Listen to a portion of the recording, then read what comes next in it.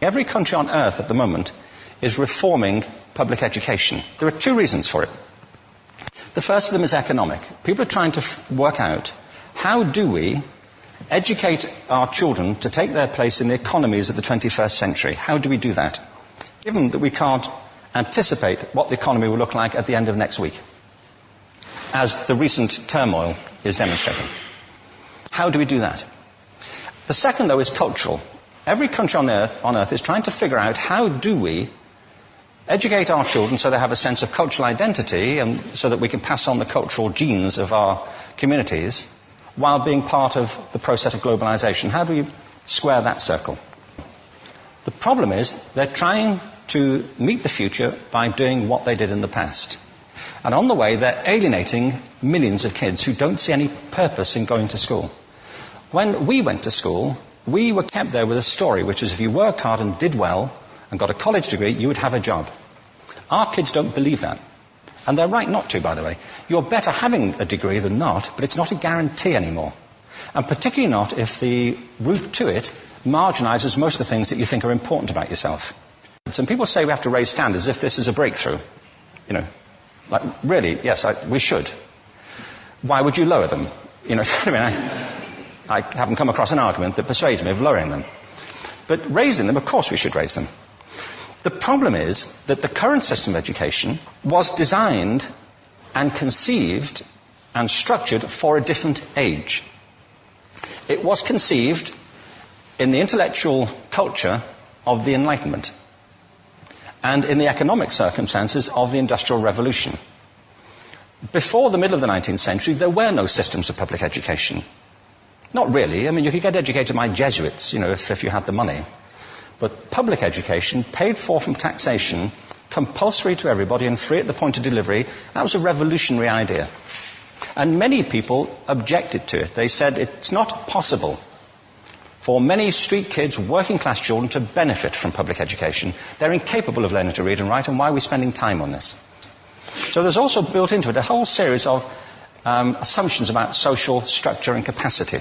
It was driven by an economic imperative of the time, but running right through it was an intellectual model of the mind, which was essentially the Enlightenment view of intelligence. That real intelligence consists in the capacity for a certain type of deductive reasoning and a knowledge of the classics originally, what we come to think of as academic ability. And this is deep in the gene pool of public education, that there are really two types of people, academic and non-academic, smart people and non-smart people.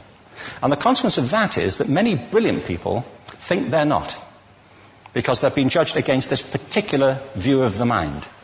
So we have twin pillars, economic and intellectual. And my view is that this model has caused chaos in many people's lives. It's been great for some. There have been people who have benefited wonderfully from it. But most people have not. Instead, they suffer this. This is the modern epidemic, and it's as misplaced and it's as fictitious. This is the plague of ADHD. Now, this is a map of the incidence of ADHD in America, or prescriptions for ADHD. Don't mistake me here. I don't mean to say there is no such thing as attention deficit disorder. I'm not qualified to say if there is such a thing. I know that a great majority of psychologists and paediatricians think there is such a thing. But it's still a matter of debate.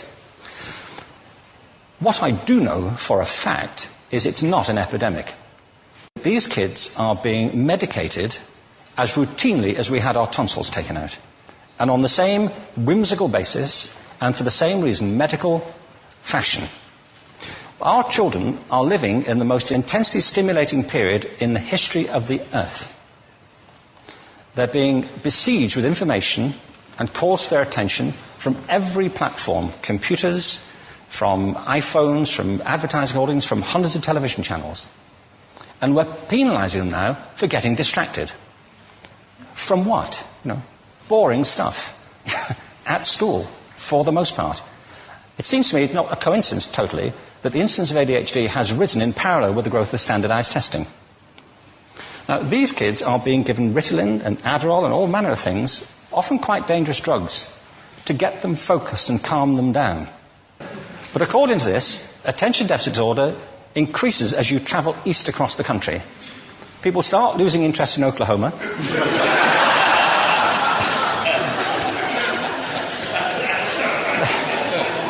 They can hardly think straight in Arkansas. And by the time they get to Washington, they've lost it completely. And there are separate reasons for that, I believe. It's a fictitious epidemic. If you think of it, the arts, and I don't say this exclusively of the arts, I think it's also true of science and of maths, but I say about the arts particularly because they are the victims of this mentality currently, particularly. The arts especially address the idea of aesthetic experience. An aesthetic experience is one in which your senses are operating at their peak, when you're present in the current moment, when you're resonating with the excitement of this thing that you're experiencing, when you are fully alive. An anesthetic is when you shut your senses off and deaden yourself to what's happening. And a lot of these drugs are that. We're getting our children through education by anesthetizing them. And I think we should be doing the exact opposite. We shouldn't be putting them asleep. We should be waking them up to what they have inside of themselves. But the model we have is this.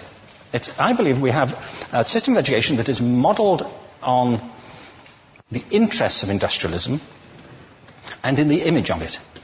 I'll give you a couple of examples.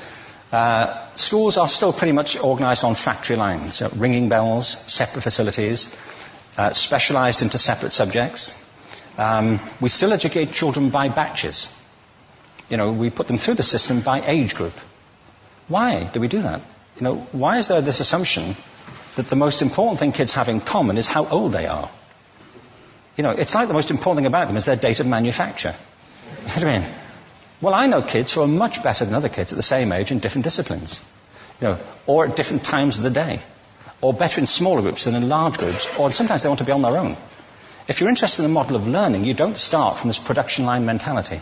It's essentially about conformity, and increasingly it's about that as you look at the growth of standardized testing and standardized curricula. And it's about standardization. I believe we've got to go in the exact opposite direction. That's what I mean about changing the paradigm. There was a great study done recently of divergent thinking. Published a couple of years ago. Divergent thinking isn't the same thing as creativity. I define creativity as the process of having original ideas that have value. Divergent thinking isn't a synonym, but it's an essential capacity for creativity. It's the ability to see lots of possible answers to a question, lots of possible ways of interpreting a question, to think what Edward de Bono would probably call laterally, to think not just in linear or convergent ways, to see multiple answers, not one. So, there are tests for this. One kind of cod example would be people might be asked to say, how many uses can you think of for a paperclip? One of those routine questions. Most people might come up with 10 or 15. People who are good at this might come up with 200. And they do that by saying, well, could the paperclip be 200 foot tall and be made out of foam rubber? Does it have to be a paperclip as we know it, Jim? Now, there are tests for this, and they gave them to 1,500 people. This is in a book called Breakpoint and Beyond.